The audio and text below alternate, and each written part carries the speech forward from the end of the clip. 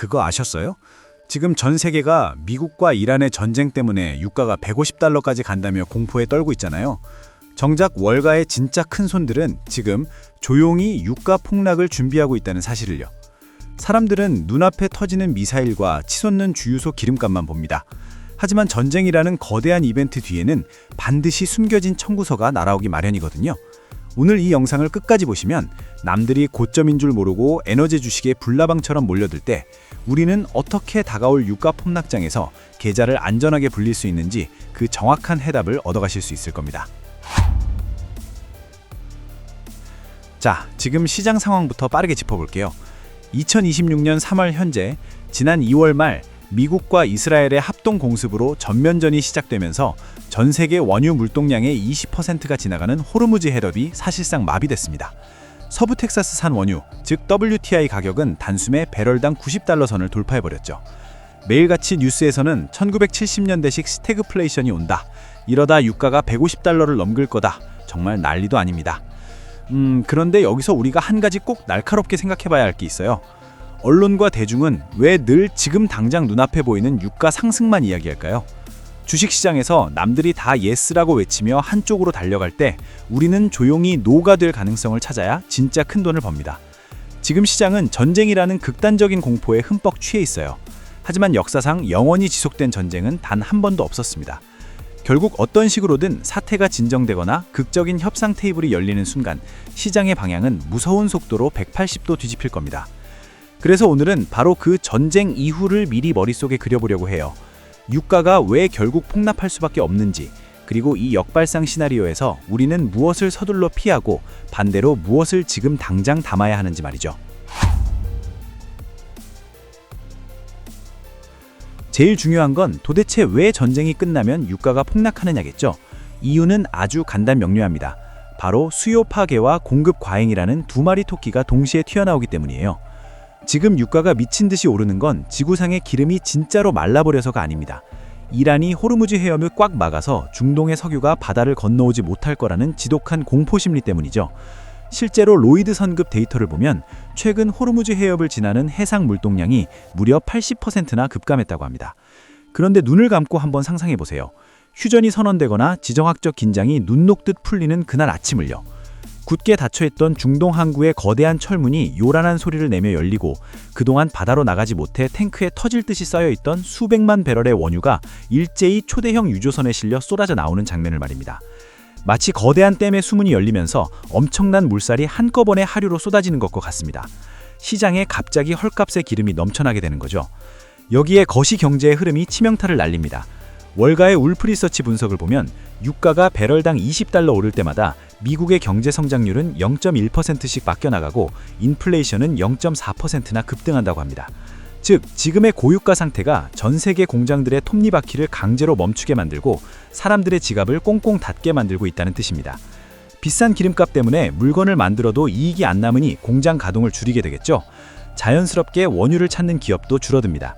특히 에너지를 전량 수입해야 하는 유럽이나 아시아 신흥국들은 더 큰 타격을 받고 일찌감치 수요를 포기하게 됩니다. 세계의 공장이라 불리는 중국마저 치솟는 이물 물가를 감당하지 못해 내수 침체의 늪으로 더 깊이 빠져들고 있다는 우울한 지표들이 쏟아지고 있죠. 중국과 유럽의 엔진이 식어버리면 전 세계 원유 수요의 거대한 축이 무너지는 겁니다.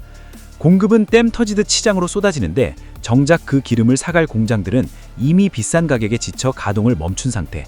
이게 바로 월가 전문가들이 가장 두려워하는 수요 파괴입니다. 2022년 러시아 우크라이나 전쟁 초기에도 유가가 130달러를 넘기며 영원히 오를 것 같았죠. 하지만 결국 경기 침체 우려가 전 세계를 덮치면서 유가가 반토막 났던 그 서늘한 역사적 경험칙을 우리는 절대 잊어선 안 됩니다.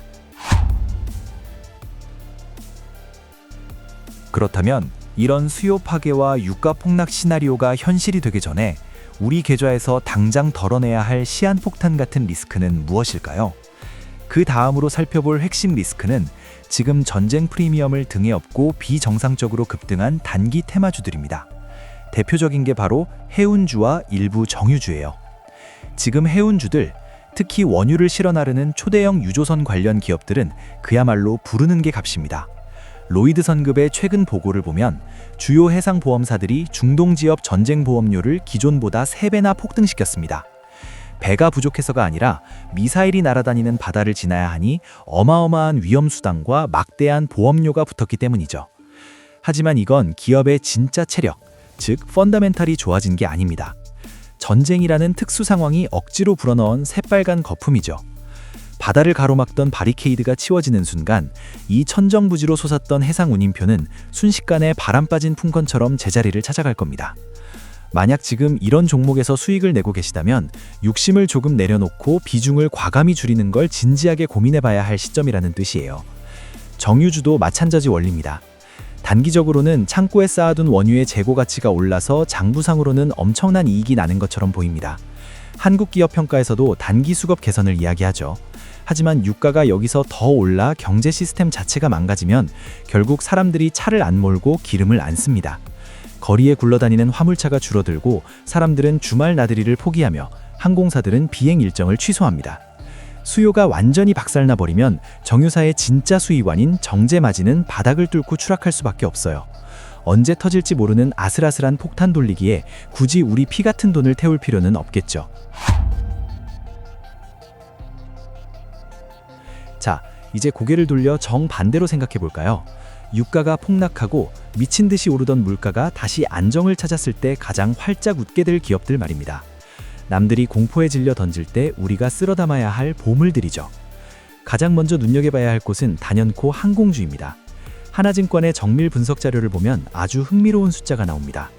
유가가 10% 오를 때마다 항공사 전체 비용이 무려 3% 이상 껑충 뛴다고 해요. 항공사 입장에서 비행기에 넣는 항공료는 전체 지출에서 가장 덩치가 큰 제1의 원가거든요.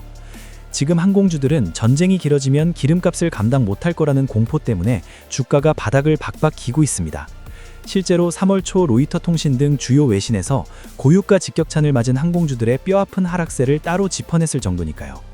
하지만 전쟁이 끝나고 유가가 뚝 떨어진다면 어떨까요? 공항 활주로에 서 있는 거대한 보잉 777 여객기의 날개 아래로 쉴 새 없이 기름이 콸콸 주입되는 장면을 떠올려 보세요. 어제까지 100만 원이나 주고 넣어야 했던 기름을 내일은 60만 원만 내고 꽉꽉 채우게 되는 겁니다. 비행기가 하늘로 뜨고 내릴 때마다 항공사의 금고에 남는 마진이 그야말로 눈덩이처럼 불어나게 되죠. 비용이 획기적으로 깎이면서 그동안 억눌렸던 실적이 폭발적으로 개선되는 강력한 턴어라운드 구간에 진입하게 되는 겁니다. 그와 함께 반드시 체크해야 할 섹터는 바로 금리에 아주 민감한 우량 기술주와 자유소비재 기업들입니다. 지금 글로벌 주식시장이 유가 상승보다 더 두려워하는 진짜 공포가 뭔지 아시나요? 바로 고유가가 인플레이션의 불씨를 다시 살려내서 미국 연방제대가 금리를 도저히 못 내리게 만들 거라는 절망감입니다. 실제로 바로 이 스태그플레이션 공포 때문에 지난 2월 한 달 동안 나스닥 지수가 3% 넘게 급락했고 3월인 지금도 대형 기술주들이 시원한 반등을 하지 못한 채 잔뜩 짓눌려 있는 상태입니다. 하지만 유가가 하락 반전하며 안정세를 찾으면 이 끔찍한 인플레이션 압력이 마법처럼 스르르 사라집니다. 사람들이 매주 주유소에서 기름값으로 10만 원씩 꼬박꼬박 쓰던 걸 이제 5만 원만 써도 된다고 생각해 보세요. 남은 5만 원으로 사람들은 뭘 할까요? 가족들과 외식을 하고 새 옷을 사고 미뤄뒀던 스마트폰을 바꿀 겁니다. 닫혔던 지갑이 활짝 열릴 거죠. 대형마트의 진열대가 다시 빠르게 비워지고 온라인 쇼핑몰의 장바구니 결제율이 치솟을 겁니다. 이게 바로 억눌려 있던 소비재 기업들의 실적이 바닥을 쿵 찍고 힘차게 올라오는 강력한 신호탄입니다. 아마존이나 월마트 같은 유통공룡들은 운송비 절감이라는 격경사까지 맞으면서 이익률이 극적으로 개선될 수밖에 없어요.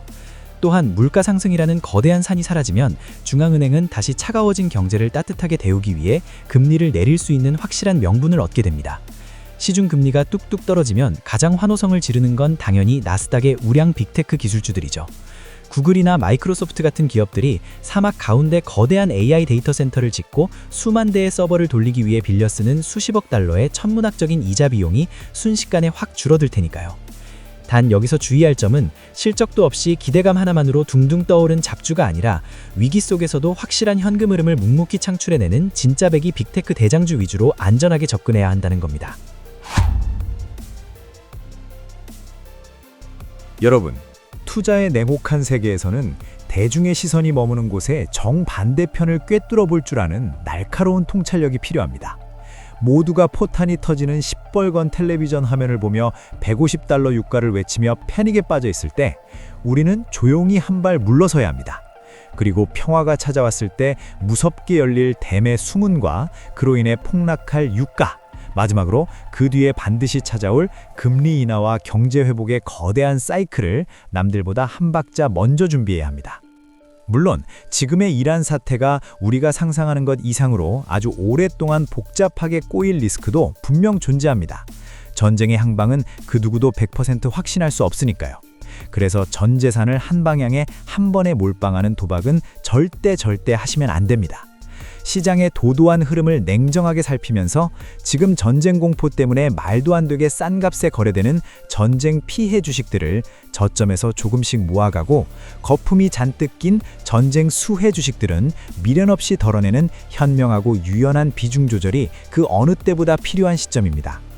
오늘 제가 준비한 이야기가 여러분의 소중한 계좌를 안전하게 지키고 든든하게 불려나가는데 작은 나침반이 되었으면 좋겠네요. 저만 알고 싶은 경제 이슈, 금융 정보 등을 앞으로도 아낌없이 알려드릴 테니 구독과 좋아요를 부탁드립니다. 오늘 영상에서 나온 지수나 경제 용어를 본문 더보기란에 보기 좋게 정리해놨어요. 투자 공부하실 때 참고하시면 좋을 거예요. 그럼 다음에도 여러분의 돈과 시간을 확실히 아껴드릴 알찬 정보로 찾아오겠습니다. 언제나 잃지 않는 안전한 투자하시길 진심으로 응원합니다. 감사합니다.